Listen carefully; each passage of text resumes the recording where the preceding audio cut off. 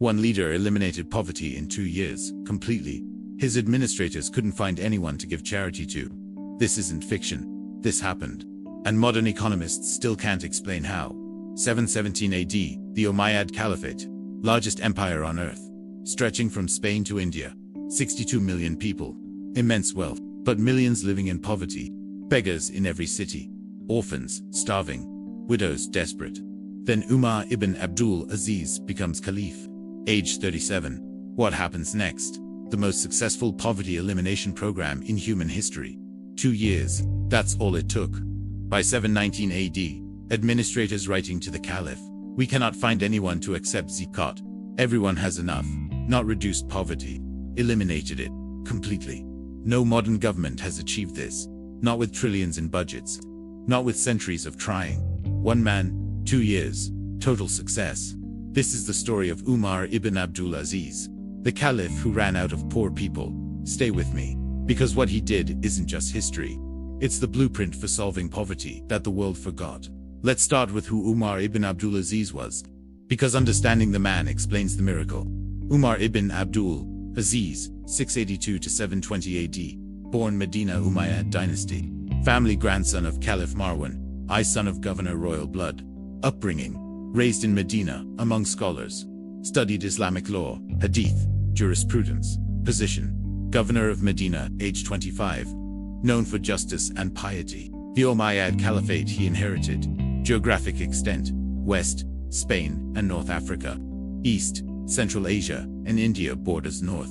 Caucasus south. Arabian Peninsula territory. 15 million square kilometers. Population 62 million. 29% of world population. Economic situation revenue. Massive from jizya, kharaj, zakat, trade, taxes, treasury. Full elite.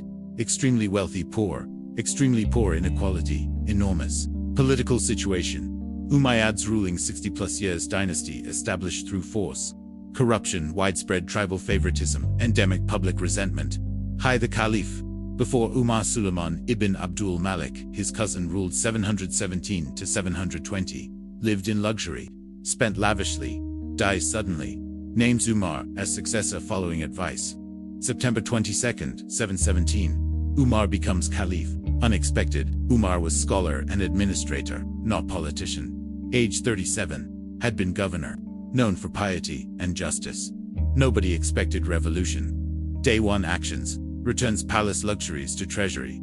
Expensive carpets, furniture, decorations, royal horses. Keeps 1 servants, reduces to minimal staff.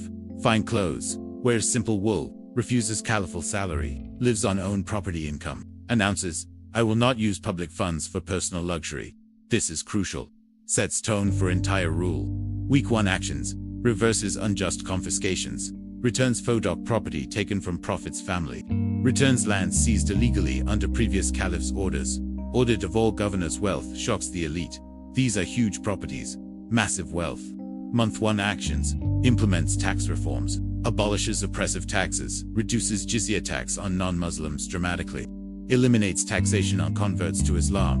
Refunds overpaid taxes from previous years. The revolution begins. This wasn't normal caliphal behavior. Umayyads were known for wealth accumulation, not distribution. Umar was different. Completely different. Now let's look at how Umar eliminated poverty. The mechanisms were revolutionary and precise. Mechanism 1. Zakat systematization. Zakat Islamic wealth tax. 2.5% on savings. 5 to 10% on agricultural produce.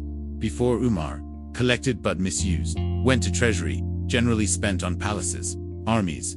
Administration little reached actual poor. Umar's reform. Zakat must be collected locally, distributed locally, only to 8 specified categories transparently, completely no withholding. The 8 categories. Quranic specification. The poor no income, the needy insufficient income. Zakat administrators minimal fees. Those whose hearts are to be reconciled. Freeing slaves, those in debt in the cause of God, travelers in need. The implementation. Governors ordered. Appoint honest zakat collectors, assess wealth accurately, distribute within same region, report distributions monthly. Accept no bribes. The volume. Caliphate's annual zakat collection, estimated 30 to 40 million dirhams. For context, laborer earned 1 dirham per day. That's 30 to 40 million person days of labor value, redistributed annually. The effect. Money flowing from rich to poor, systematically, continuously, not charity. Mandatory wealth transfer, built into system. Mechanism 2, land reform, major source of inequality, land ownership. Umayyads had seized enormous estates, distributed to favorites. Umar's action, returned illegally, seized lands to original owners, if alive rightful heirs, if owners dead. Public treasury, if no rightful claimant. Example.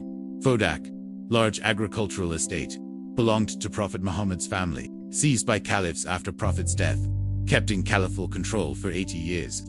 Umar returned it. Immediately. This wasn't symbolic. Fodak generated enormous revenue. Umar gave it up. The scale. Thousands of properties returned. Across empire. Tribal chiefs lost estates. Elite families lost lands. Peasants gained ownership. Former tenants became landowners. The economic impact. Landowners more productive than tenants. Own land gives invest in improvements, keep profits, gives work harder, security of ownership gives long-term planning, agricultural productivity increased. Food prices fell.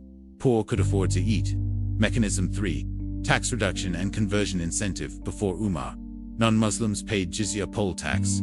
High rates, often oppressive, converts to Islam. Still forced to pay by corrupt governors, illegal but common. Umar's reform jizya reduced dramatically. From 48 dirhams annually, gives 12 dirhams for rich middle class. 24 dirhams gives 6 dirhams. Poor. 12 dirhams gives 2 dirhams destitute. Exempt completely converts. Immediately exempt from jizya, as Islamic law requires. The result? Mass conversions. Not forced. Voluntary. Why? Economic incentive plus fair treatment, plus religious conviction. The controversy. Governors complained. Revenue will collapse. Umar's response. I was sent to call people to Islam, not to be a tax collector. The mathematics. Short-term revenue from jizya dropped 60 to 70%.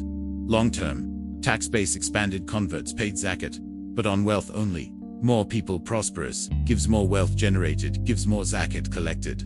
Mechanism 4. Living wage and price controls. Umar established minimum support. Every person entitled to sufficient food, basic clothing, shelter, healthcare, education, not aspirational, mandatory. From Bait al-Mal public treasury, the orphan stipend. Every orphan, monthly allowance from treasury. Amounts based on records. Infant, 20 dirhams monthly. Child, 40 dirhams monthly.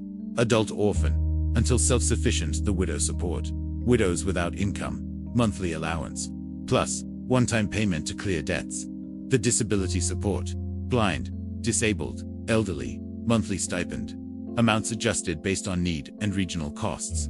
The debt relief. Those in debt for necessities. Treasury pays off debt, not loans, grants. No repayment required. The effect.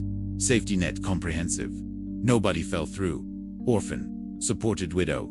Supported disabled. Supported in debt. Relieved. Every gap filled. But here's the genius. This wasn't welfare dependency. It was transition support. The goal. Make people self-sufficient. How? Give immediate relief, so not starving. Provide capital for business interest-free loans from Treasury. Connect to jobs governors required to facilitate employment. Train in skills.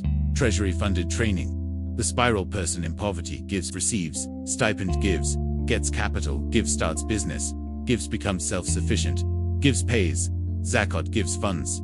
Next person. Virtuous cycle. Not dependency trap. The results were unprecedented. Let's look at the documented impact. The first year reports 718 AD. Governors reporting to Umar from Egypt. Zakat collected from Alexandria distributed, surplus remaining. From Kufa, all poor in registry have been given stipends. Money remains in treasury. From Basra, orphans provided for, widows supported, debtors relieved. Treasury surplus. This is unusual. Normally, never enough funds. Under Umar, too much funds, not enough recipients. The second year crisis, 719 AD. Letter from Yemen governor. O commander of faithful. We have distributed zakat to all deserving categories. We announce publicly for anyone in need to come forward. None came. We have surplus of 100,000 dirhams. What should we do? Umar's response. Use it to free slaves, pay off debts of those imprisoned, provide marriage assistance to those who cannot afford, build wells and public facilities. Letter from Ifriqiya, North Africa. We cannot find anyone to accept zakat. All people have sufficiency. Umar's instruction. Buy slaves and free them. This counts as zakat distribution. The slave freeing program. Thousands of slaves purchased from zakat funds. Freed. Given stipends to start new lives. Many became productive citizens. Merchants. Scholars. The mathematics. Estimated zakat distribution first year. 30 million dirhams. Estimated recipients. 3 to 4 million people, about 5 to 6% of population. Average per recipient. 7 to 10 dirhams annually. For context, poverty line approximately 300 dirhams annually, for family. Zakat alone, insufficient. But combined with tax reductions, land reforms, debt relief, employment facilitation, interest-free business loans, total package eliminated poverty. The documentation. Multiple historians recorded this. Ibn Abdul Aziz died 871 AD in the time of Umar ibn Abdul Aziz. They could not find anyone to accept zakat. Ibn Kathir died 1373 AD. During his caliphate, poverty was eliminated. People could not find poor people to give charity to. Al-Dahabi died 1348 AD. His zakat collectors would go out but find no one in need. Not one source. Multiple independent historians, across centuries, all confirming poverty eliminated under Umar. The counter-evidence? None. No historian claims poverty continued. No records of starvation, beggars, or destitution during this period. Universal agreement. Poverty eliminated. The comparison. Umar Caliphate, before Umar. Poverty, widespread beggars in every city. Orphans abandoned, debt slavery. Common Umar Caliphate under Umar 2 years later. Poverty eliminated, no beggars. All orphans supported, debt slavery ended 2 years. Complete transformation. The economic growth, not just redistribution. Economy grew. Why? Productive investment. Poor given capital gives started businesses. Freed slaves gives became workers. Merchants reduced corruption gives more efficient economy. Fair taxation gives more trade. Agricultural boom. Land reform gives better cultivation. Lower taxes on farmers gives more production. Investment in irrigation gives higher yields. Trade expansion. Fair treatment of non-Muslims gives more merchants came. Reduced tariffs gives more trade volume. Stable currency gives investor confidence. GDP estimated to have grown 15 to 20% in 2 years, while inequality decreased. Both possible simultaneously. Let's look at specific policies that made this possible. Real cases. Documented. Case 1. The blind man of Medina story, recorded by multiple sources. Blind man begging. In Medina, Umar, before becoming caliph, passes by, asks, "Why are you begging?" "Man, I am blind, I have tax to pay, and I have needs." Umar discovers, man is Jewish, worked all his life, now old and blind. Previous governors, still taxing him, no support. Umar's action, takes him to treasury. Orders, exempt him from all taxes, give him monthly stipend from public treasury. Pay his family stipend after his death, then issues general order. Anyone elderly, blind, or disabled shall be supported from public treasury, regardless of religion. This became permanent policy. Case 2. The Coptic tax revolt, Egypt. Large Christian Coptic population. Under previous Umayyads, heavy jizya, harsh collection methods. Many Copts converting to Islam to avoid tax. Governors blocking conversions lose revenue. Umar's reform reduces jizya by 75%, allows free conversion. No barriers. Result: mass conversions. Revenue from jizya drops initially, but Coptic community prosperity increases. They invest in businesses. Within 2 years, overall revenue higher from trade, taxes and zakat. Plus, social peace. No more revolts. Case 3. The wedding fund. Many young men couldn't afford marriage. Ma bride, gift expensive, wedding costs high. Housing unaffordable. Result: delayed marriages, social problems. Umar's solution: treasury fund for wedding assistance. Young man applies if genuinely poor. Given grant, not loan. Amount sufficient for basic mahr and wedding. The impact: marriage rates increased, birth rates increased, social stability improved, and these families became productive citizens, eventually contributing to economy. Case 4. The business startup program. Umar didn't just give handouts, he gave opportunity. The system: poor person with business idea, presents plan to local administrator. If viable, given interest-free loan, repayment only after business profitable, no collateral required, prohibited in Islamic law. Example recorded. Man wants to start pottery business. Needs 500 dirhams for kill and materials. Treasury loans 500 dirhams. No interest. Man succeeds. Repays 500 dirhams over 2 years. Becomes prosperous potter. Now pays zakat.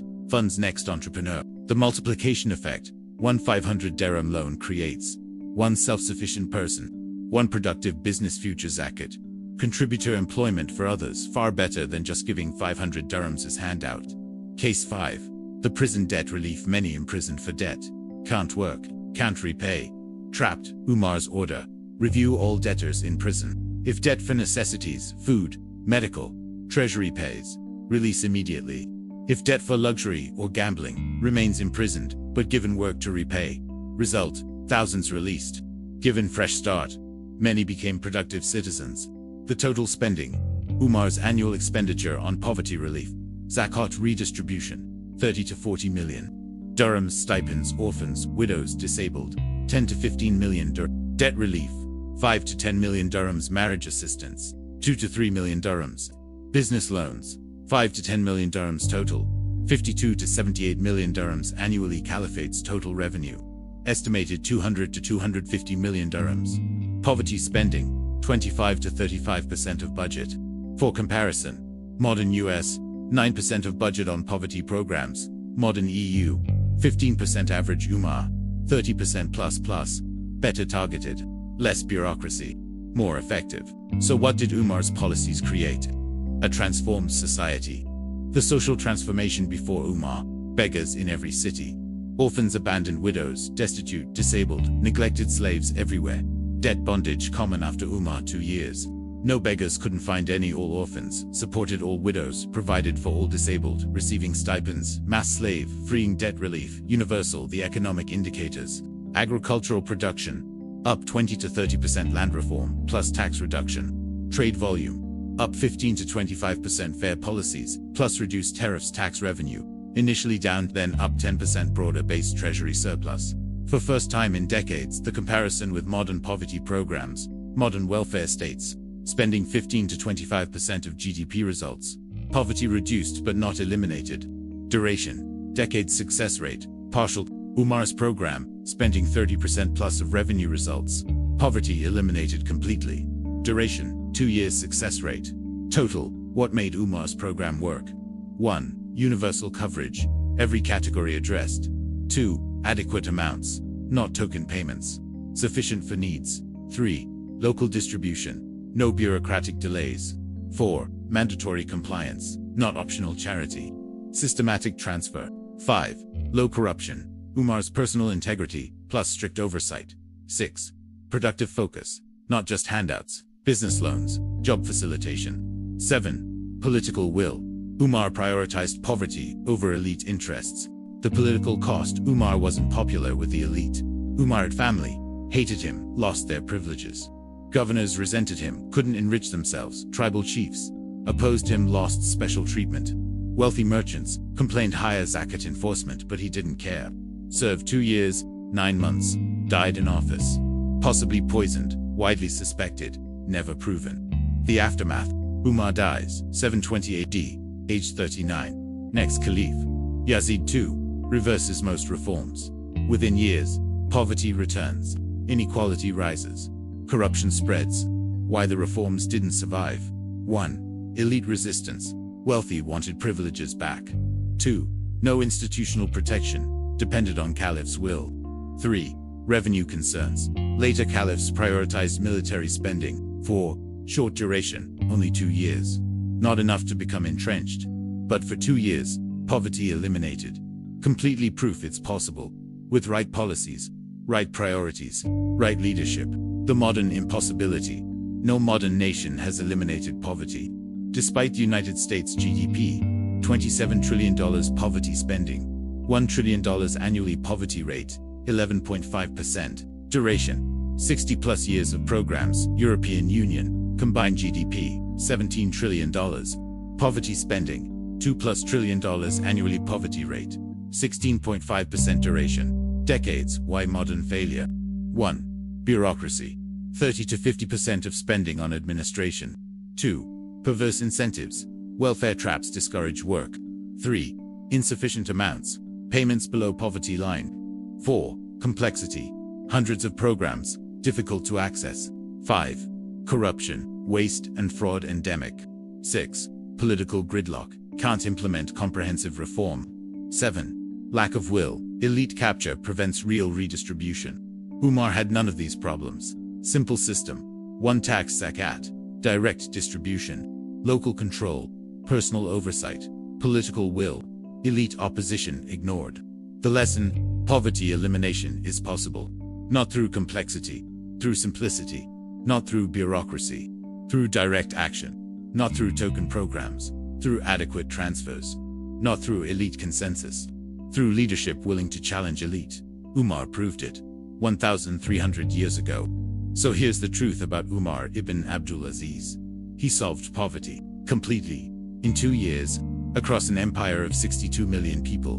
Not reduced it, not improved metrics, eliminated it.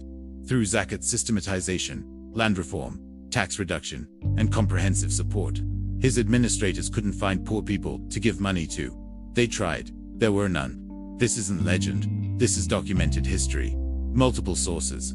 Independent verification. The only leader in recorded history to run out of poor people. Modern governments spend trillions. Umar spent millions. He succeeded. They fail. Why? Because Umar had simple system: one tax, direct distribution, adequate amounts, sufficient for actual needs. Political will challenged elite interests. Personal integrity couldn't be corrupted. Clear priority: poverty over palaces. Modern governments have complex bureaucracy, thousands of programs, insufficient payments below poverty line, elite capture serving donors. Not poor institutional corruption, waste endemic, wrong priorities, military over welfare, different approaches. Opposite results. What do you think? Could Umar's model work today, or was it unique to his time? Because right now, poverty persists. Despite unprecedented wealth, your country has billionaires and homeless. Simultaneously, food wasted while children starve. Empty houses while families are homeless. The wealth exists. The distribution fails. Umar proved, with right system, poverty is solvable. Not through complexity, through justice. Not through bureaucracy, through efficiency. Not through token efforts, through commitment. He eliminated poverty in 2 years. With 8th century technology. Modern nations fail with 21st century resources. The difference isn't capability, it's will. Umar was willing to challenge the elite, reduce inequality, prioritize the poor, live simply himself, risk unpopularity.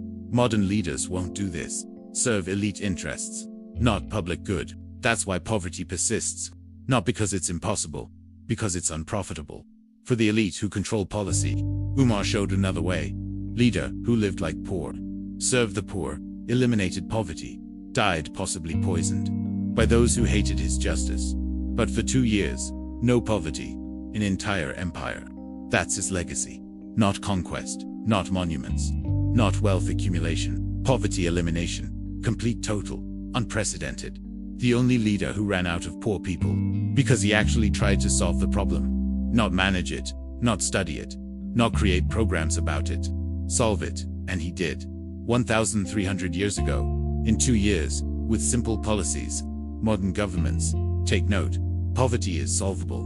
Umar proved it. The question isn't how. The question is, do you actually want to solve it? Or just manage it perpetually? Umar chose to solve it, and succeeded. That's the lesson history offers. Are we willing to learn it?